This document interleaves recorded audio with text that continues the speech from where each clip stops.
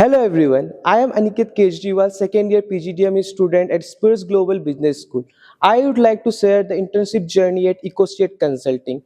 Throughout my 2 month of internship journey, I have dealt with lot of real life projects such as redesigning of the business model, how we can include inclusivity into it. We are also working for the compendium where we have targeted all the climate smart technology providers. According to their technological readiness level, we have compiled them in this textbook, which will be helpful for the researcher and the investment partners to invest into it.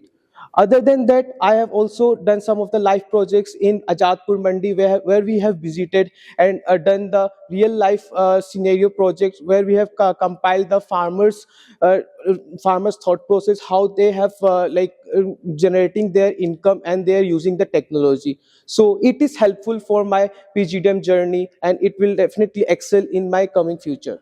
Thank you.